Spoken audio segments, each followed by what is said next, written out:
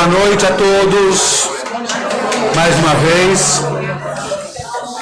vez, obrigado pelo ter vindo à Astrológica 2018, 19º Encontro de Astrologia, que fazemos todos os anos aqui na Gaia já há 19 anos, por isso que é o 19º, né? Certo? E já ficou meio uma tradição, sábados, no fim do dia, né? Nós homenageamos grandes nomes da astrologia, né? E esse ano, em particular, né? Eu pedi ao amigo meu, sempre Jorge Feira Jorge, do lado aqui, que é o meu... Vou falar de novo, Jorge. Vou falar de meu muso inspirador de fazer astrológica. Eu falo todos os anos isso, né? Fala. Eu aprendi a fazer eventos não, com o tem Jorge. muita gente nova que não sabe. Não é? Conta a história, então. 1992. Nós já estamos ao vivo, tem live hoje. É. Lembre-se, são 2 câmeras e mais 2, são 4 no total. 4 câmeras. Tá complicado. E eu frequentava os grandes eventos de astrologia em Santos do Sesc. E o Jorge comandava, então aprendi a fazer isso com ele. E já há 19 anos eu faço aqui na Gaia, inspirado no Jorge. E eu sempre o convido, né, quase que obrigatoriamente, a fazer uma entrevista com o homenageado do dia da Astrológica, né? E eu falei para o Jorge, temos que homenagear uma grande amiga nossa, né, e um grande ícone da astrologia brasileira. Certamente que não vou deixar de fazer essa homenagem. Então, nesse instante, eu passo ao Jorge o bastão da Astrológica 2019. 18. Mas já fica para 19 já. Tá certo? Obrigado mais uma vez. Agradeço. Obrigado. Ó, liberado cerveja para todo mundo, tá? Conta da Gaia. Eu que quero agradecer o Robson, a equipe toda daqui. Eu não sei se o microfone está funcionando, tá? A Luísa e toda a equipe que sempre me recebe de uma forma muito importante, especial. Lembrando uma coisa, vocês receberam esse final de semana muitos WhatsApp de eclipse? Os textos maravilhosos, mandando você rezar e tudo, não é? Eu também recebi. E eu pensei, por que o Robson fez um eclipse? Não é? Um céu tão conturbado. Não é? Pode ser. Porque nós conversamos a respeito disso. As pessoas estavam perguntando, por que o Robson fez um evento num céu desse? Não é? Por quê? Estou fazendo uma... Eu sempre faço em julho. Ótimo, muito obrigado. Muito obrigado. É isso mesmo. Eu escolhi a lua cheia era eclipse. Adorei. Não é verdade? É isso que eu e queria. até aquela condição. O eclipse, eu olhei no céu, eu falei, poxa, o eclipse que eu posso Melhor fazer. coisa de uma lua cheia, Um né? grande evento de astrologia, um grande evento uma de lua astrologia sangrenta. na Terra e no céu. E como teve aquela condição de ter o Marte junto com a Lua, quadratura com Urano, então vamos botar para quebrar mesmo. Isso aí. Então, desde ontem, estamos reclamando do mundo, da vida, Urano em Touro, o Rei da Vera, Zé Celso, o sistema funciona assim, e quebrar paradigmas, né? Então, já que é o tema, entremos no sistema. Tá certo. Parabéns. Muito obrigado. Júlio. Já fiz uma entrevista com ele.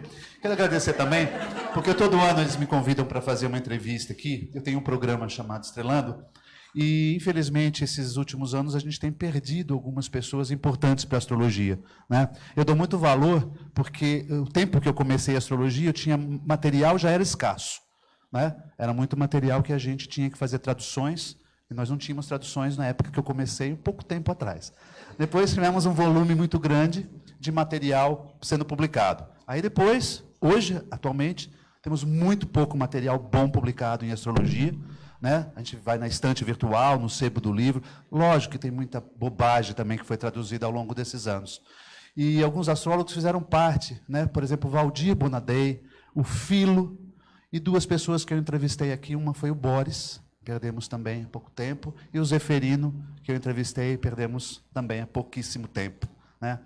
Eu quero que vocês que estão começando a astrologia, estudantes, que valorizem esses profissionais, porque o material que a gente tinha era muito difícil. Eu mesmo comecei com aquele manual de astrologia do Beladar. Não sei se vocês conhecem, talvez os antigos conheçam mais esse material do Beladar, que depois eu me surpreendi, foi em 84 que eu peguei esse livro. Eu encontrei material de progressão secundária nesse livro, que era um material que a gente também não tinha traduzido. Pois é, se você achar esse livro, é um livro bem antigo. E valorizem as escolas que você tem como formação e os profissionais que realmente pesquisam no mercado um material sério e importante. Daí entra a Celisa Beranger, que é uma grande pesquisadora, tá, no mercado de tudo. né? De tudo. E eu tenho, às vezes, uma certa dificuldade em fazer entrevistas com a Celisa, porque eu, na sexta-feira, eu venho e faço muitas entrevistas para o programa. Eu já fiz 2 com ela ontem. Inclusive, uma da parte da fortuna, outro sobre o geral do céu, e outros que a gente conversa. A gente fala assim, o que eu vou perguntar para ela em público? Direcionado para quem? Para estudante ou para profissional? Não é? Assim, sabe o que eu vou fazer? Eu vou perguntar para ela qual é a tendência de Áries a Peixes até dezembro. Como é que está Áries no céu, Touro, essa mudança toda para cada signo? Ela fala assim, pelo amor de Deus. Aí uma coisa que eu perguntei a ela era sobre astrologia, que eu quero que ela venha falar a respeito desse tema, que é sobre a humildade e a pesquisa. Celisa, muito obrigado, por favor.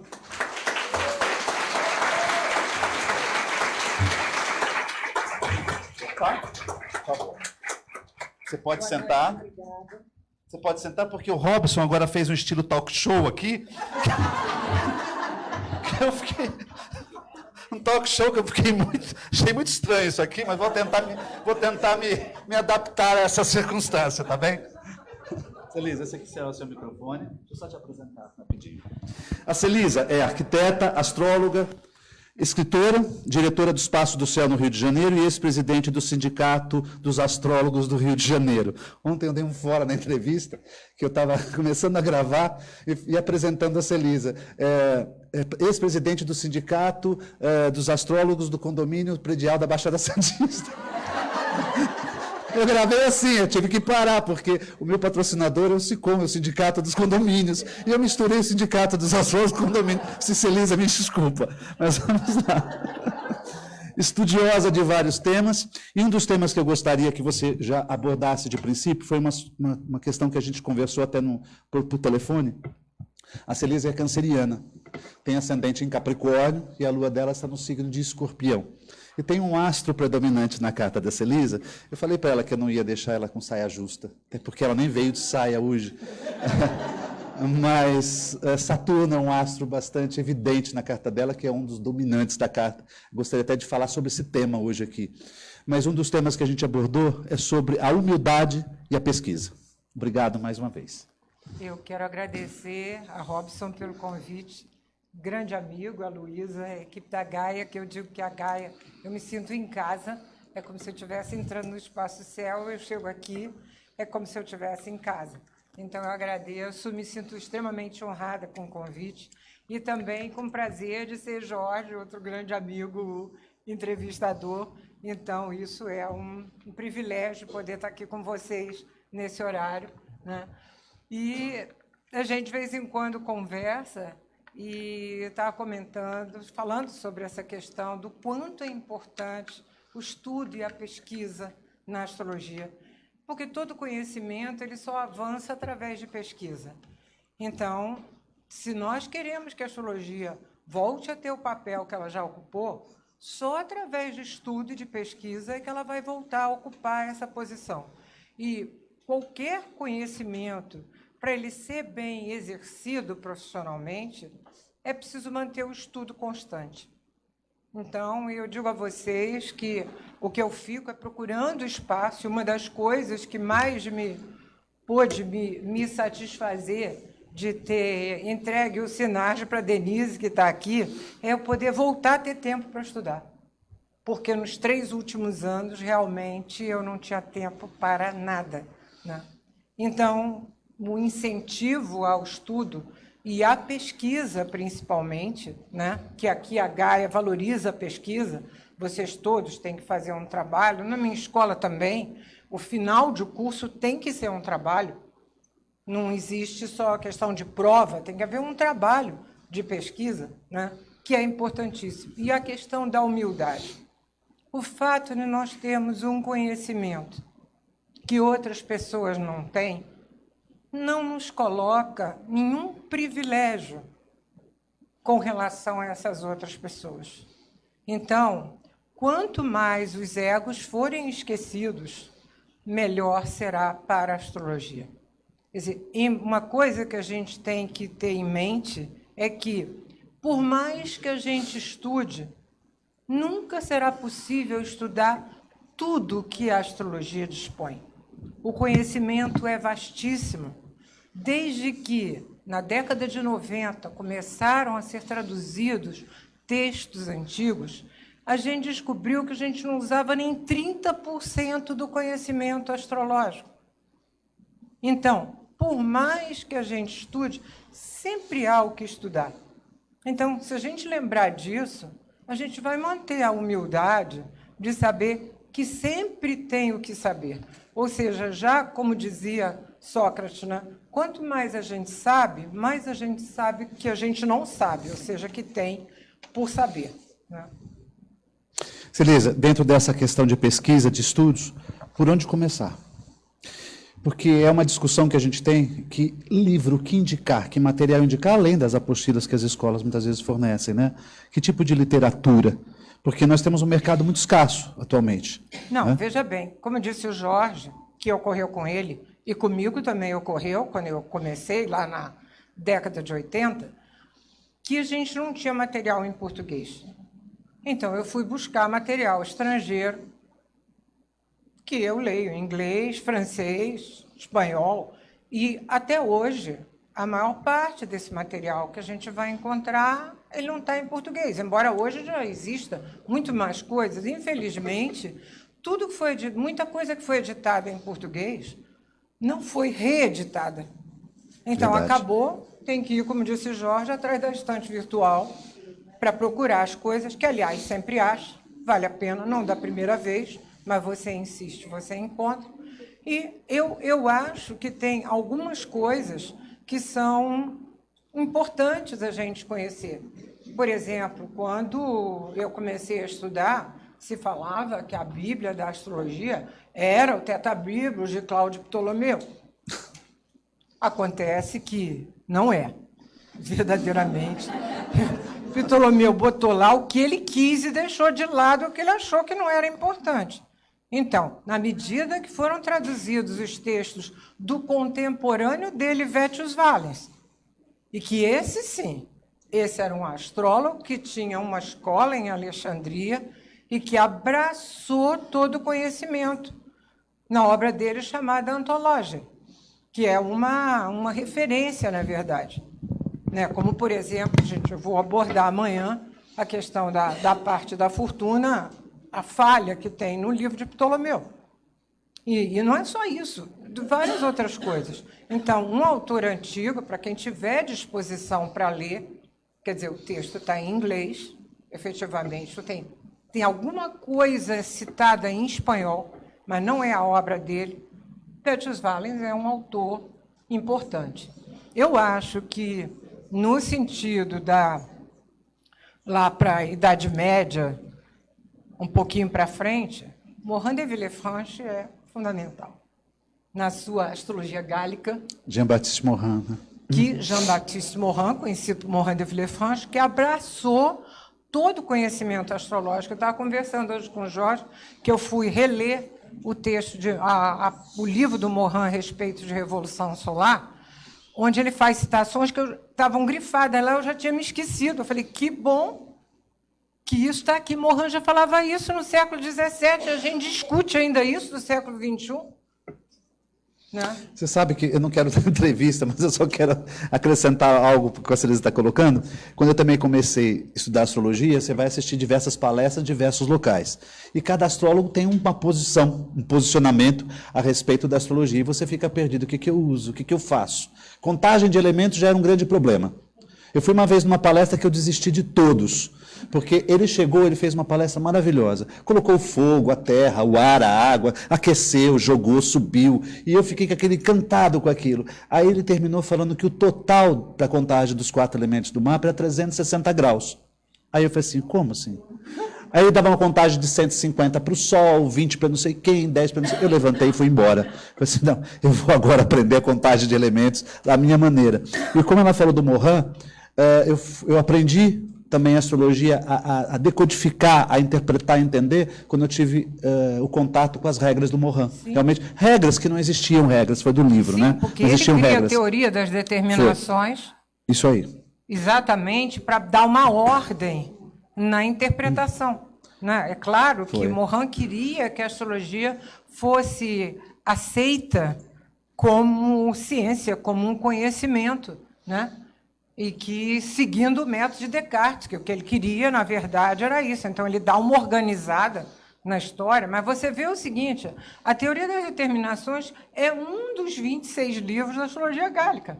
Então, ele abordou tudo, na verdade. Aí vocês vão dizer, o que tem de Morin? Eu vou falar assim, ó, tem um resumo em português no livro do André Barbeau, Tratado Prático de Astrologia, e tem o CBA do Gregório, né? Quer dizer, que não sei se você ainda está editando.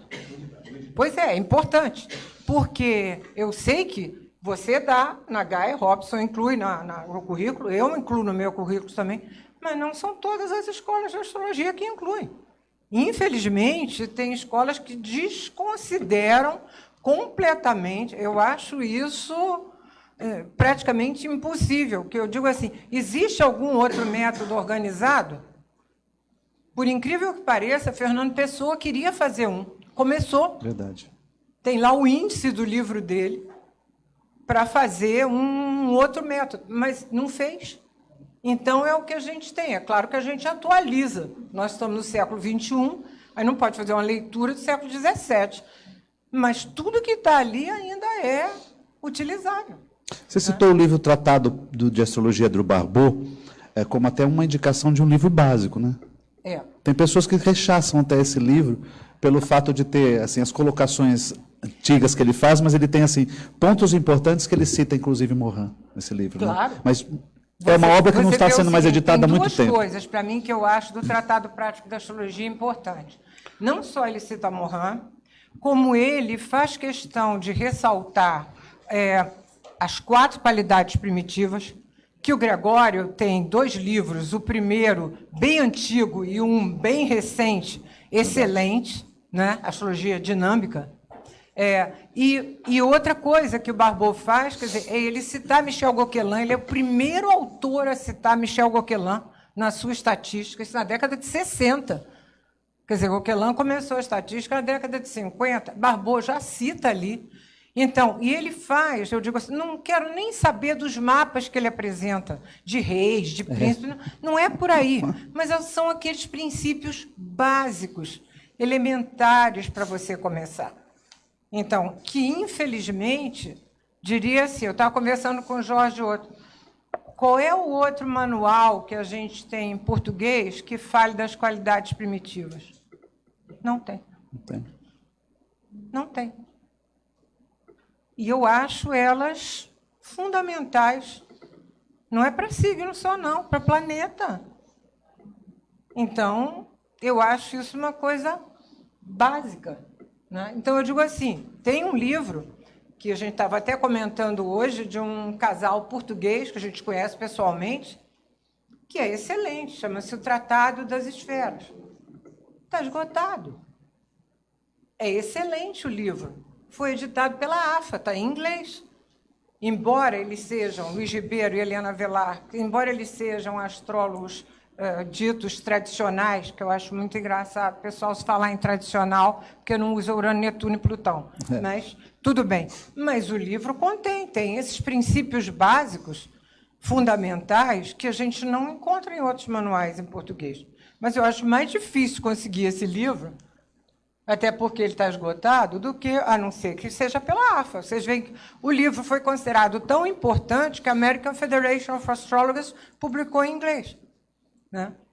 Então, pelo menos, a gente ainda tem aqui o do André Barbeau, e complementa com o livro do Gregório, com certeza. Né? Celisa, você participou do congressos na Argentina, Colômbia, Espanha, México, Peru, Portugal, Uruguai. Em qual desses lugares você acha que a astrologia é mais utilizada e praticada? Olha, a astrologia é pouco utilizada no Peru, é mais fraco. Na Colômbia, foi uma surpresa para mim, fraco. Agora, eu encontrei também sem dúvida, a Argentina é onde a gente tem um nível de astrologia equiparado com o nosso, porque tem escolas antigas, como é o Caba, que tem 50 e tantos anos, né, de uma escola de linha, não vou dizer tradicional, mas de linha que usa a astrologia clássica, que vem das bases da astrologia. Né? E, de alguma forma, tem também outras escolas, tem escola com linha psicológica, mas onde eu vejo, modéstia à parte, eu posso dizer a vocês, o Brasil tem uma muito boa astrologia. Então, nós somos respeitados pelo que nós fazemos. Nós temos uma astrologia desenvolvida, estudada com escolas. Esses lugares, por exemplo, que eu estou dizendo a vocês, ó, Peru, Colômbia, México tem agora, mas isso é de 10 anos para cá, não tem escolas. A Espanha, atualmente, praticamente não tem escolas. Verdade.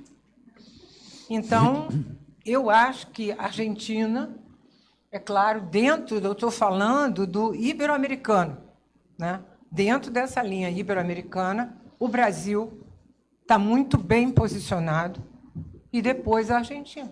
Eu fiz essa pergunta justamente porque eu queria escutar isso dela. O Brasil está muito bem posicionado, Não, né? não tenha dúvida. Se não tivesse, eu não ia fazer essa pergunta, com certeza. É que eu já sabia a resposta. Uma questão. Houve uma repercussão muito bacana na entrevista que eu fiz com você sobre, acho que foi 2 anos atrás, eu já não lembro o tempo, sobre a grande mutação 2020. Né? Dos aspectos que nós teremos, que é um dos marcos que a gente hoje vem falando, a conjunção de Saturno-Plutão, depois o encontro de Júpiter, Saturno-Plutão, depois Marte, mas já iniciando em dezembro, com Estélio em Capricórnio, eclipse, aí vai. Né? Dezembro de 2019 já começa tudo isso.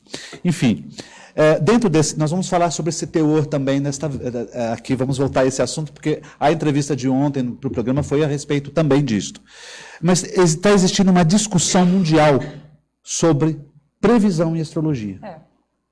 É verdade. E o pessoal que teve, eu não sei se a Ana Gonzalez está aí, que ela até colocou um texto sobre essa questão da discussão do fazer previsão, não fazer previsão. Isso ocorre também na Espanha, isso já vem ocorrendo há alguns anos na França, quando o André Barbeau deixou a Sociedade de Astrologia, porque há uma linha que se coloca contra a astrologia fazer previsão. Então, a astrologia nasceu previsiva, coletiva. Não era para o homem. Podia ser, quando muito, para o rei, mas para a agricultura, para o clima, para a guerra, para a epidemia. Então, eu acho que negar a previsão na astrologia é negar a astrologia. A gente tem que lembrar que nós tivemos mais ou menos 1 milênio e meio de uma astrologia coletiva. E a astrologia individual só vai começar no século IV a.C. Agora, como olhar a previsão? Isso sim, eu acho que, sem dúvida, isso deve ser discutido pelos astrólogos.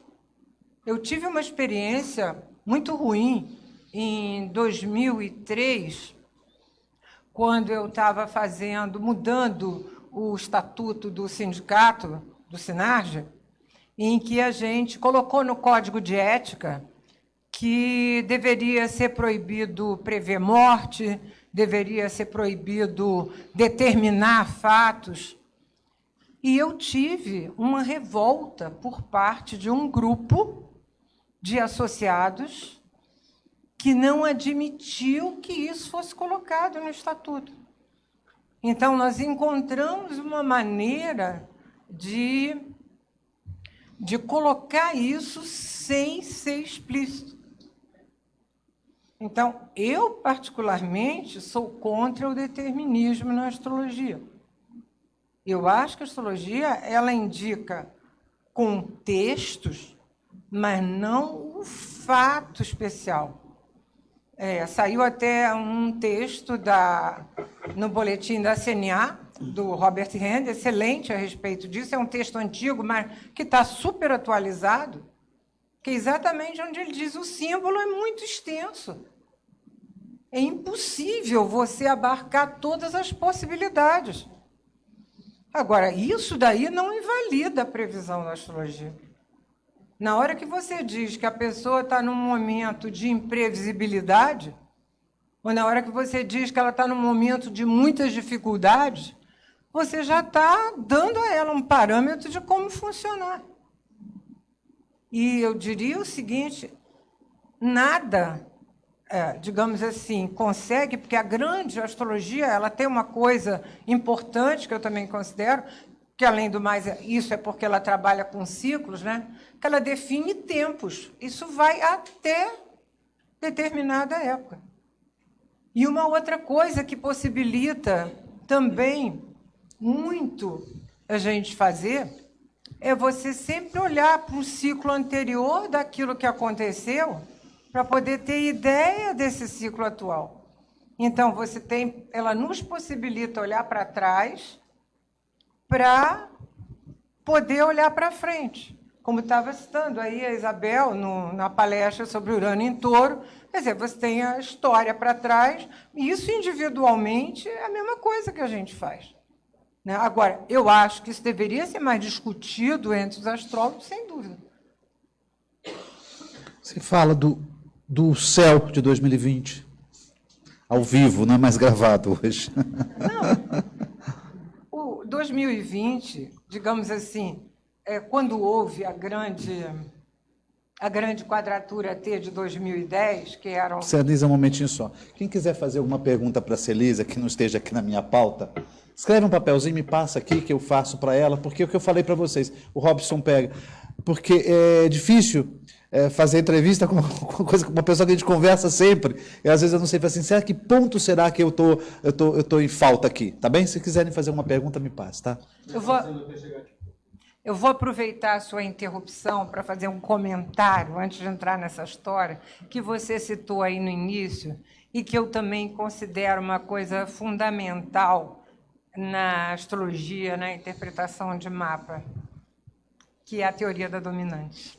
A gente estava conversando lá fora sobre a teoria da dominante, a importância que existe realmente no mapa, se levar em consideração o astro dominante ou determinante da carta. Quando eu chamei a atenção para vocês, que a Celisa era de Câncer, com ascendente em Capricórnio e ela em Escorpião, mas o astro dominante da carta dela era Saturno, o que eu estava querendo dizer? Que ela falou assim, você não me faça perguntas sem eu saber quais vão ser. Celisa, mas eu tenho Urano também forte, tem que ser uma coisa imprevisível, né? Não é? Ela tem Saturno. Então, assim, qual que você acha que vai ser Leão até dezembro? Como é que Leão vai atravessar? Ela não, me faça isso, você sabe que eu sou saturnina. Não, eu tenho Saturno, eu digo assim, eu sou uma canceriana atípica, porque meu Sol é conjunção com Saturno. O Saturno está bem no meu descendente, é o planeta mais angular, embora eu tenha também um Netuno lá próximo do meio do céu, mas o Saturno, indiscutivelmente, é o mais forte. Mas eu estou no trânsito de Urano com Lua, então eu já sei que eu estou dada a muitas surpresas. Então eu procuro aguarde até o usar final. O Saturno para me resguardar o máximo. Eu respeito.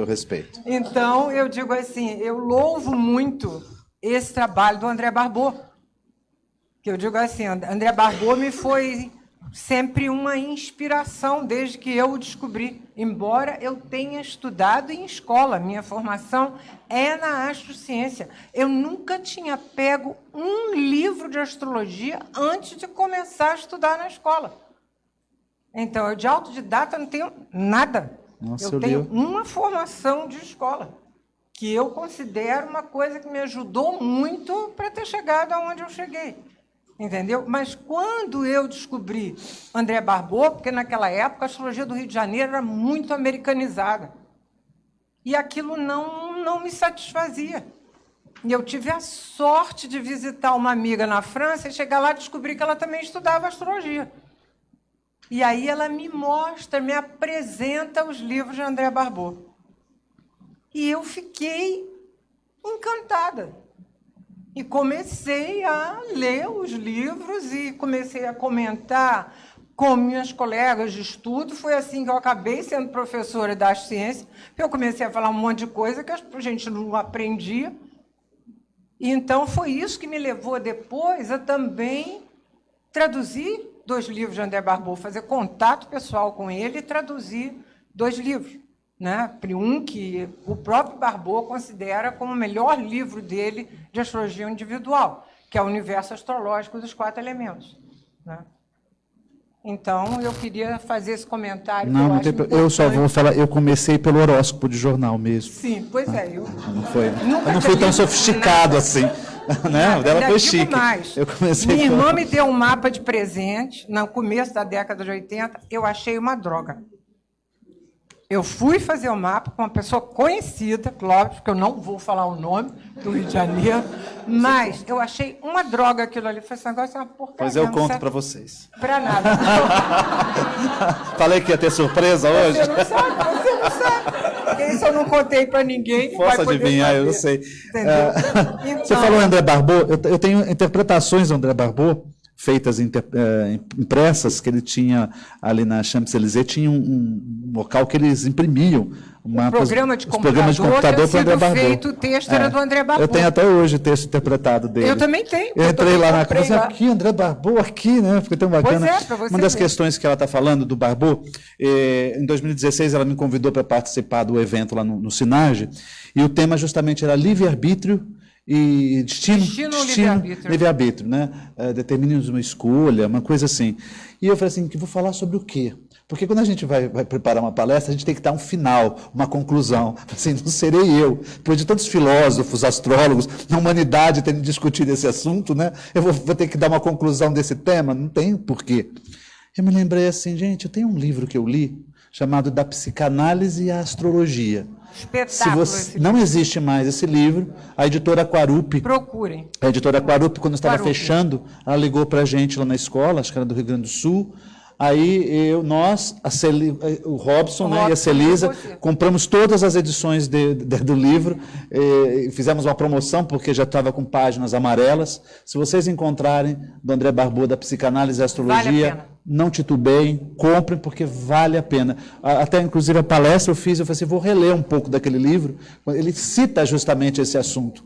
Eu falei assim, bom, a palestra está pronta, porque então, assim, é muito, muito, muito interessante. Sim, Agora vamos voltar ao assunto de 2020. voltemos agora a 2020. Né? Perder. 2020, então eu digo assim, tinham duas grandes marcas no século XXI, no começo do século XXI. 2010, o encontro de todos os planetas, praticamente, só Netuno estava de fora, né? Até Marte, que é exterior, não é lento, mas é exterior, estava no meio, e que indicava uma crise grande, como se configurou tudo que a gente previa, né? E o segundo, 2020.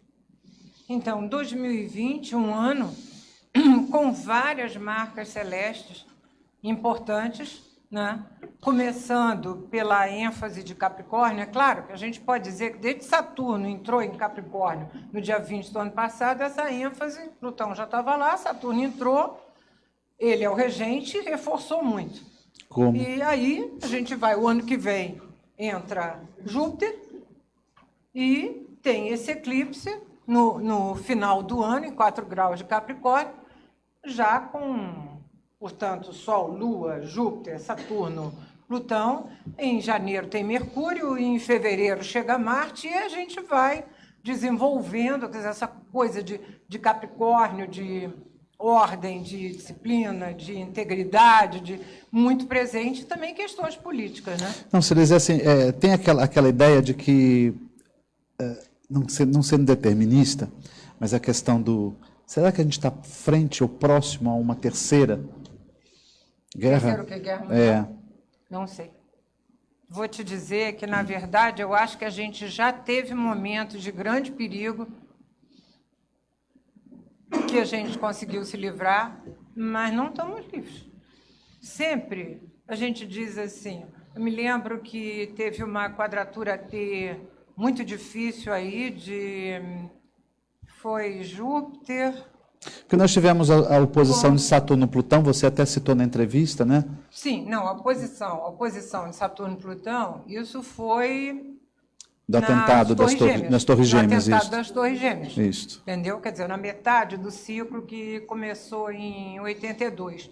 Mas a gente teve aí uma quadratura T muito perigosa e que estava na bica dos Estados Unidos atacar o Irã.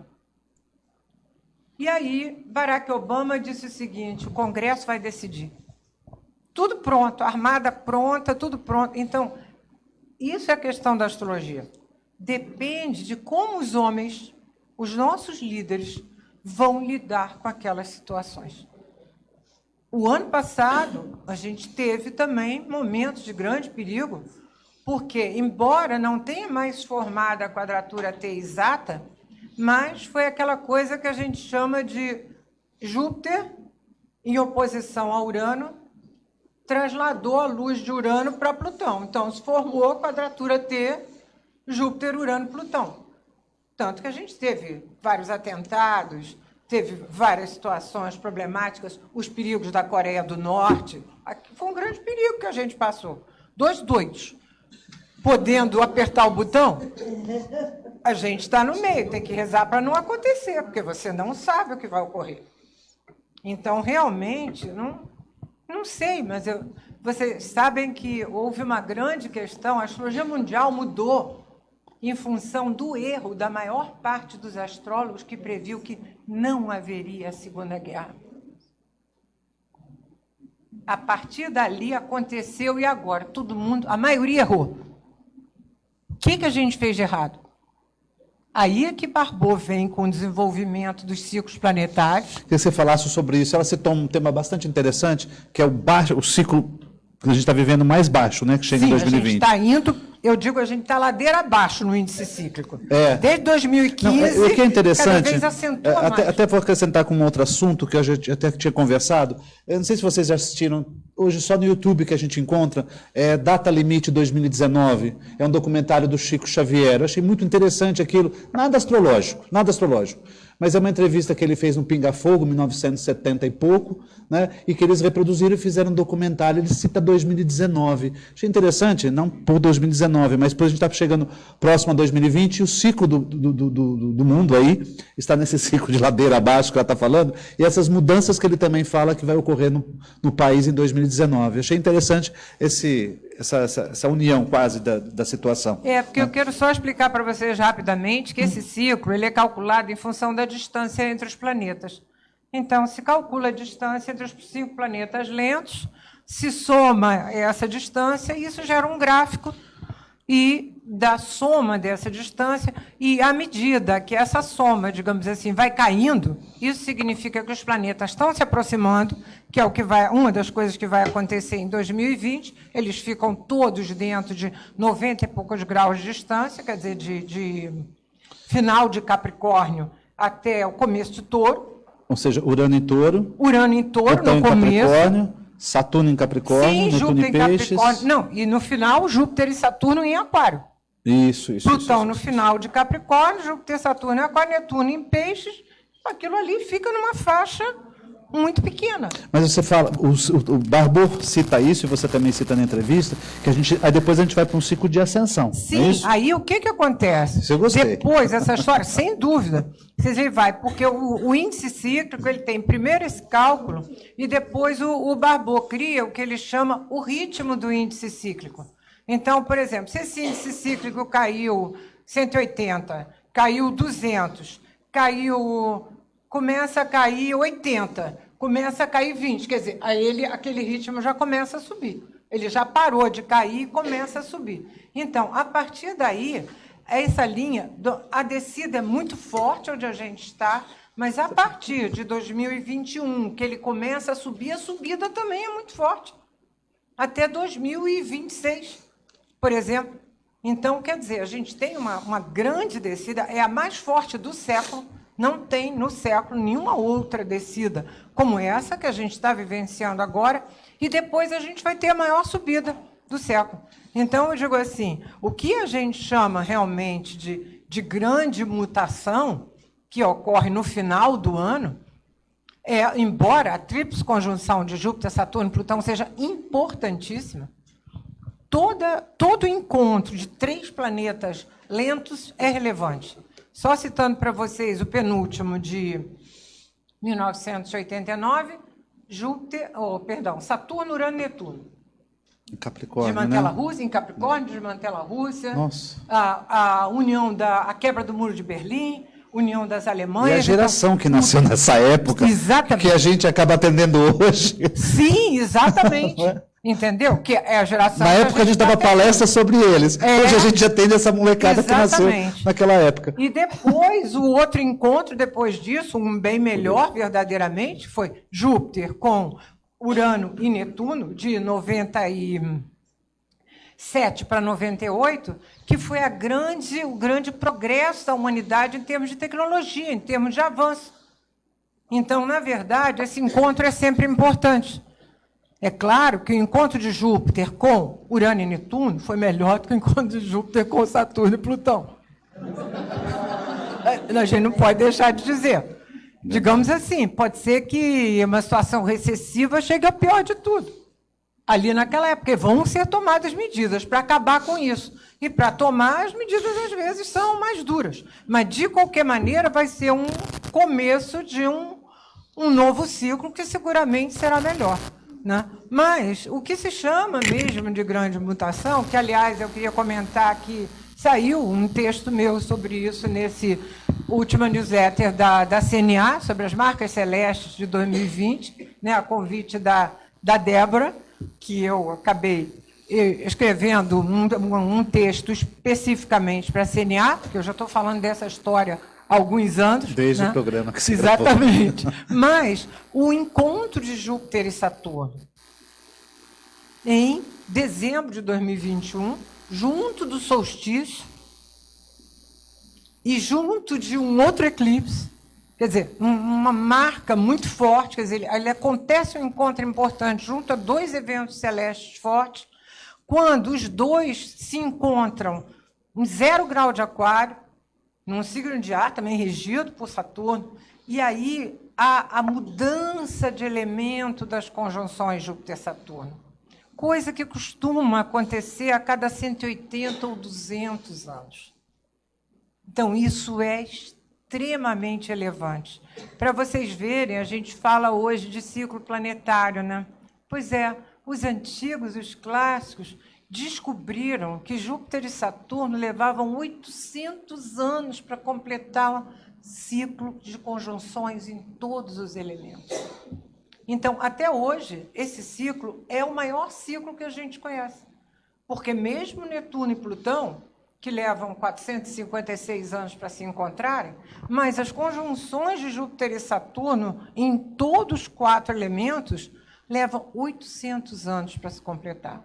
Então, a gente encerrar uma etapa do elemento terra, materialista, político, busca de conquista de um país conquistar o outro, de avançar em cima da terra do outro. Né? É claro que você vai dizer assim, sim, nesse ciclo houve a Revolução Industrial, vamos ver, também se desenvolveu a democracia. Então, claro que sempre tem coisas boas, mas essa coisa materialista que eu acho que chegou assim, estamos chegando ao máximo do que podemos chegar, mudar para uma questão muito mais, digamos assim, humanitária, além do mais aquário, um princípio de cooperação coletiva. O que fazemos nós pela humanidade, cada um de nós? Fazemos parte de uma humanidade. Vamos prestar atenção a quem é igual a nós, sem a grande preocupação com a questão do quanto temos, o quanto podemos ter. E, de alguma maneira, eu acho que essa passagem de Urano em Touro vai ajudar nessa história, porque vai acabar moeda, vai acabar banco, vai acabar... Hoje já existem muitos bancos virtuais, dinheiro não passa na mão de ninguém. Sai daqui, vai para lá, vira para lá e ninguém vê aquilo ali. Né? Eu também não tenho visto também. Hein? Também não tenho visto, Pois é. verdade. Não, vocês podem reparar que, às vezes, você chega para pagar uma coisa com dinheiro e a pessoa fala assim, não tem cartão?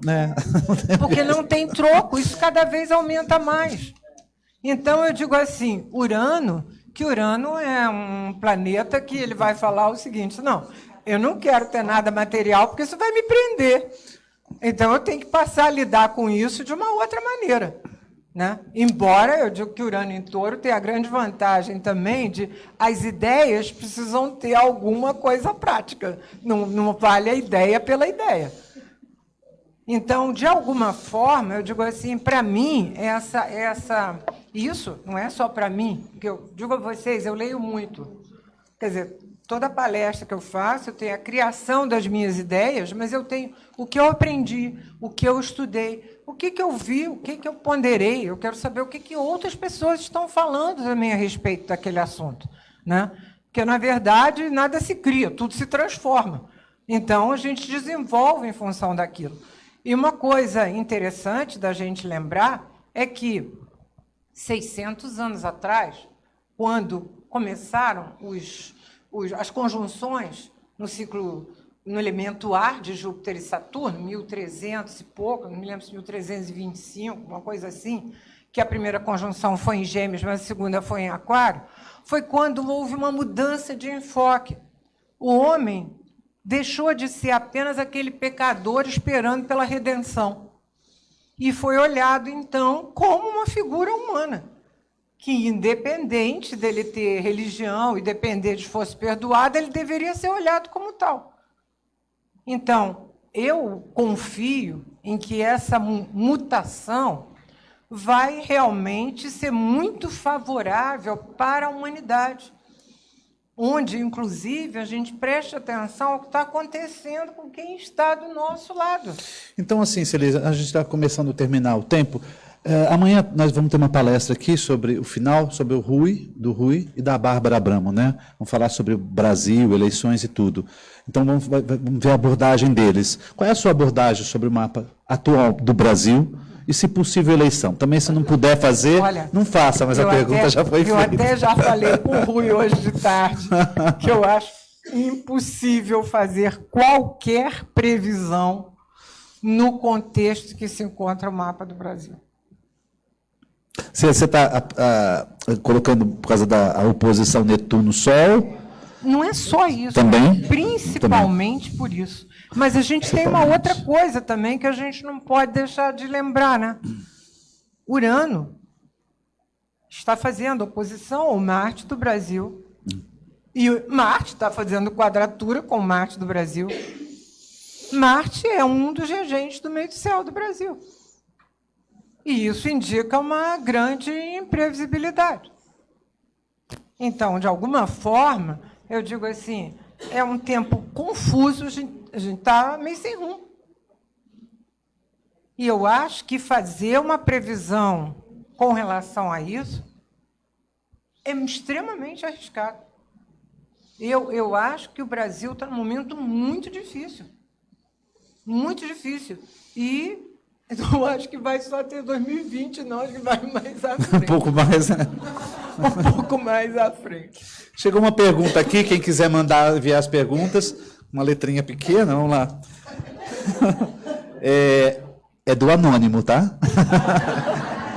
É anônimo. Não é do anônimo de 359, não, né? Não. Não sei se é de Áries, se é de Touro, se é de Gêmeos. Não. Então, assim, a pessoa está perguntando assim, como determinar por alto o astro mais forte do mapa? O por alto está entre parênteses, tá? Olha, por alto... Como determinar por alto o astro mais forte do mapa? Eu tenho que dar a primeira indicação do André Barbô.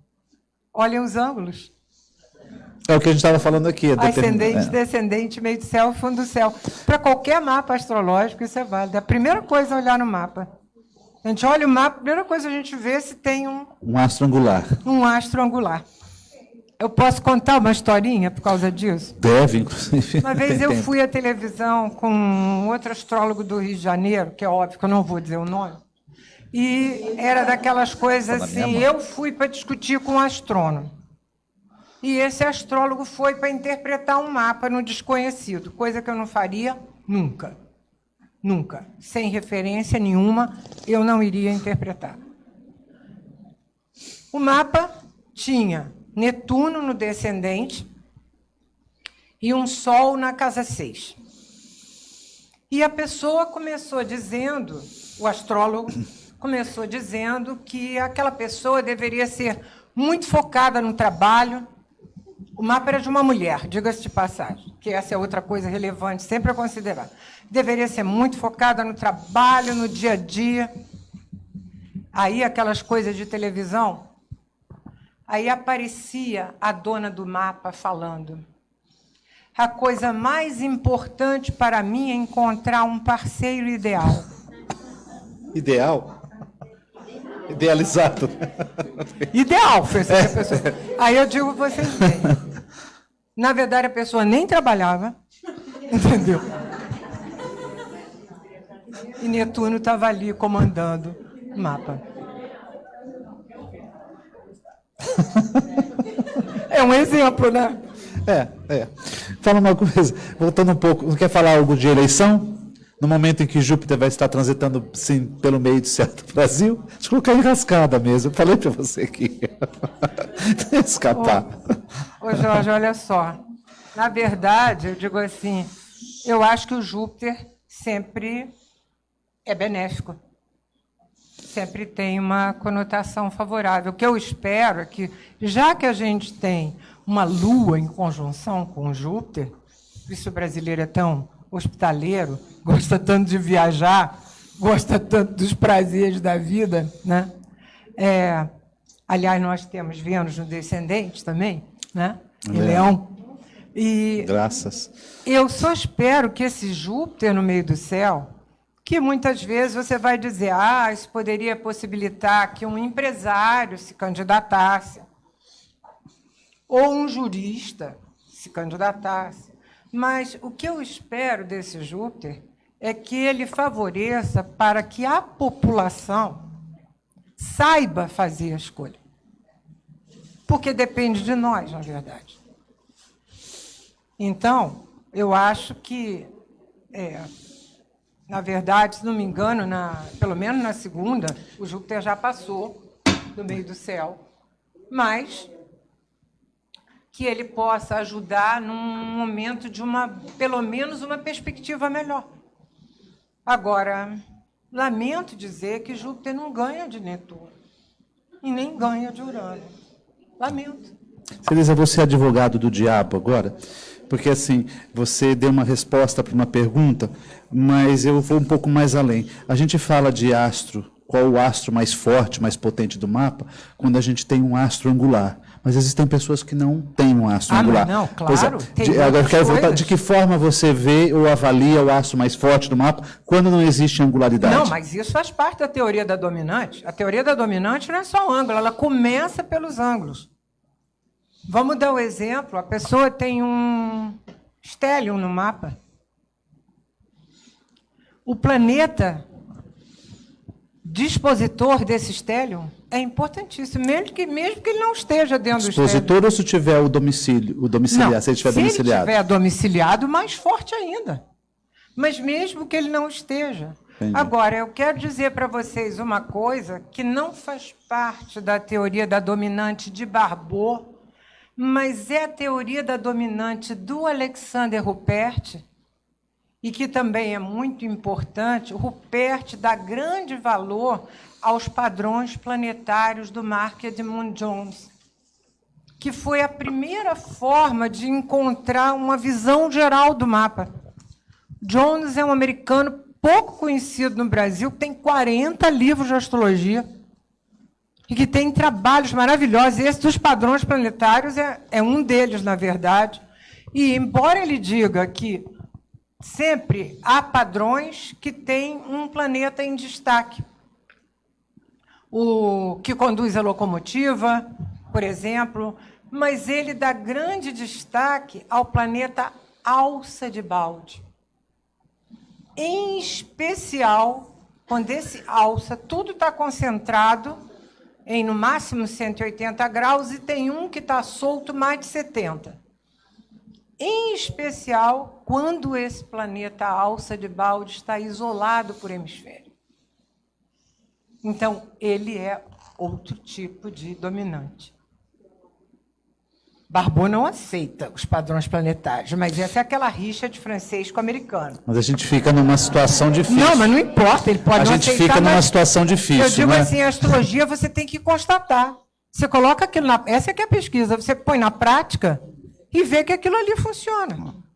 E uma outra coisa, por isso é que o Barbot diz o seguinte, quando a pessoa tem um planeta dominante, mas isso é o menos comum, Mais comum você encontrar é o que ele chama de um sistema constelado, ou seja, tem várias coisas que são importantes. Como que, dentre essas várias coisas que são importantes, a gente destaca o que é mais importante? O que tiver reforço, o que tiver apoios. Ou seja, que outras coisas falem disso. Por exemplo, um planeta que está ligado aos 2 luminares por aspecto, ao Sol e à Lua.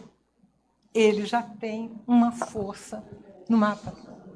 Ligado ao mesmo tempo. Ao mesmo tempo com Sol e Lua. Quer dizer, então, são várias... Uma conjunção de Sol-Júpiter, trígono-Lua, por exemplo. Sim, Tá. seguramente. E agora vou dizer para vocês uma coisinha, que essa é a minha colaboração dentro da dominante, que seria uma coisa que eu vou falar amanhã, graças a Vétius Valens, é que a parte da fortuna funciona como um ascendente. O planeta em conjunção com a parte da fortuna pode ser o dominante. É uma celeuma amanhã, viu? Eu já fiz essa entrevista com ela ontem e assim, opa, né? Você disse, vamos devagar, é muita informação. Aí você se pega dando aula, lecionando há muitos anos, estudando há muitos anos, e aí vai aparecendo diversas informações. Tudo bem, quando você está frente a um cliente, eu parto da onde? Não é assim? Quando eu vou colocar uma previsão, eu parto da onde? De qual? Do trânsito, da secundária, da revolução, do proluna, do fatum, não é assim? Do progredido, aí cada vez vem mais informações. A gente também tem que repensar muito nisso. Né? Eu gosto de... Bom, não sou eu que estou sendo entrevistado. Tem outra pergunta aqui. Desculpa. Outro anônimo, tá? Ou anônima, vamos lá. Não sei qual é o signo, inclusive. A mim não importa o signo. Se me disser a dominante, eu estou mais interessado. Vamos lá. Também não tem, Celisa. É possível termos uma base do futuro presidente analisando o mapa de cada candidato a partir do trânsito do mapa do Brasil?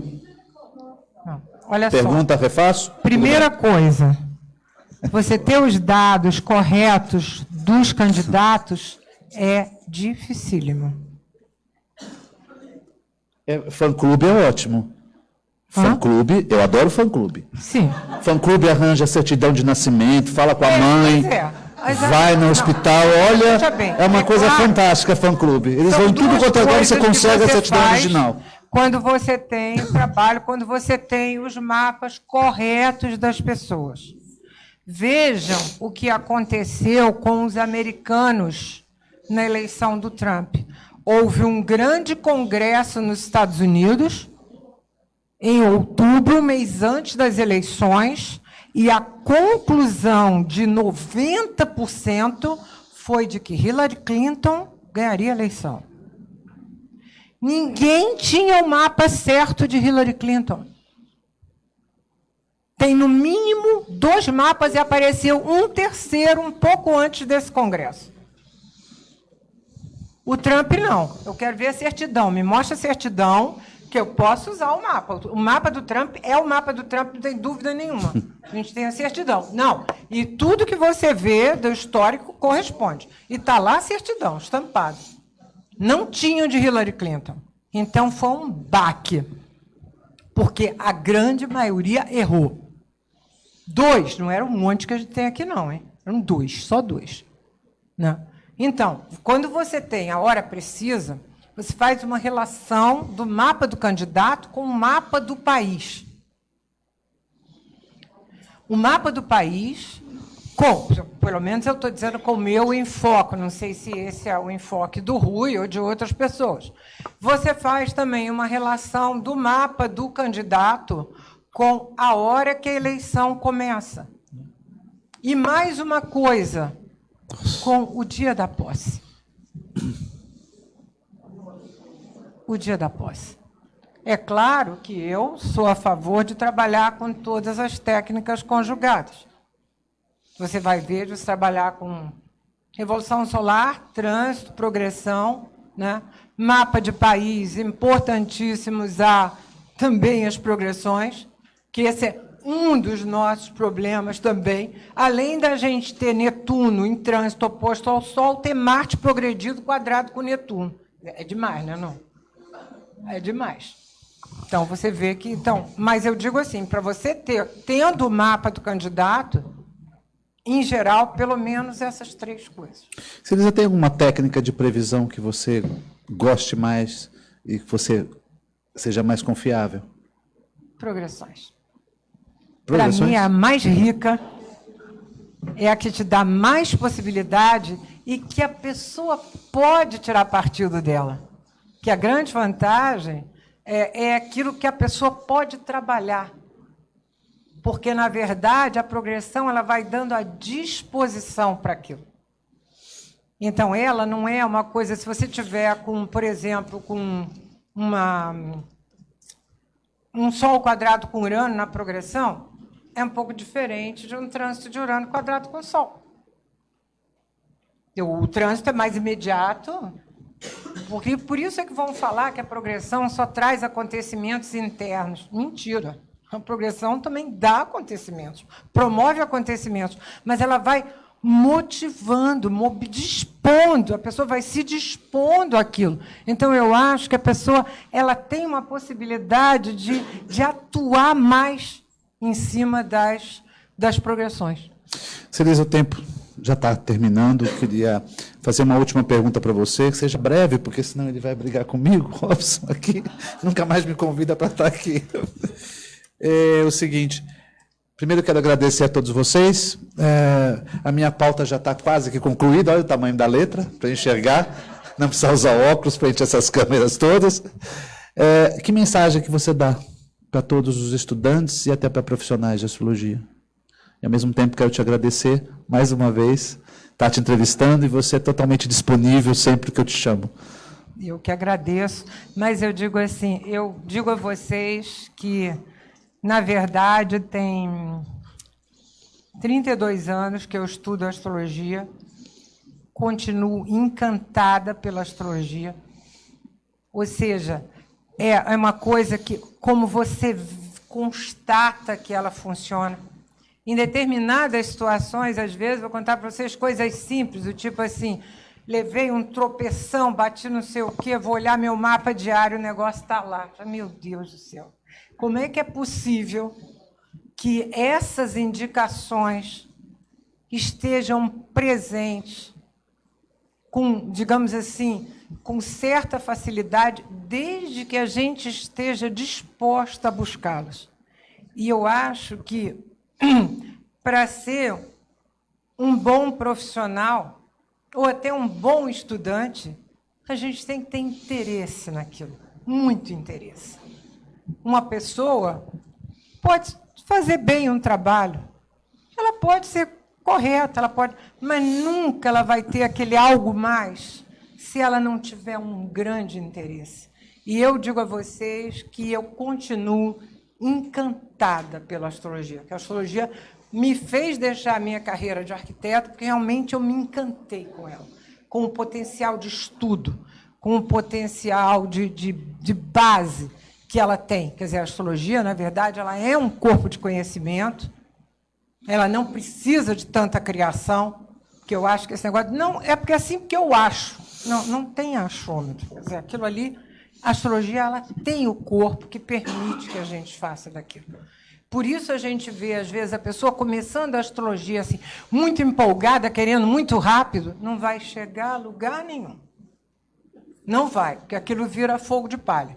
Agora, à medida que você vai se encantando, à medida que você vai se empolgando, cada vez você vai se entranhando mais e podendo fazer e utilizar melhor o conhecimento. E continuar gostando depois que você está ali dentro, mas é isso né? que eu tô dizendo, Continuar não com pode tesão. perder o elan nunca. É um tesão que dá. Tem que ter tesão por aquilo. Eu continuo assim. Por isso eu gosto de estudar, por isso eu gosto de pesquisar, eu gosto de descobrir. E me encanta quando eu sei que você descobre mais alguma coisa, né? Então, isso é que eu queria passar para vocês, que eu acho que a astrologia, a gente tem que ter um pouco de paixão por ela. Mas não é aquela paixão dramática, né? Não, é aquela paixão constante, aquela paixão que está sempre sendo alimentada. Adoro entrevistar pessoas que fluem, não é? E que estão sempre abertas para isso. Obrigado, Celise. Adoro.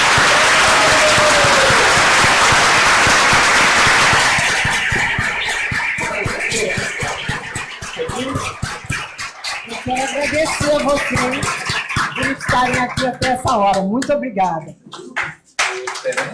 Celisa, querida. Obrigado. Acho que foi bom, eu faltei aqui. Não tem dúvida. Tá todo mundo ouvindo. Todo mundo está escutando.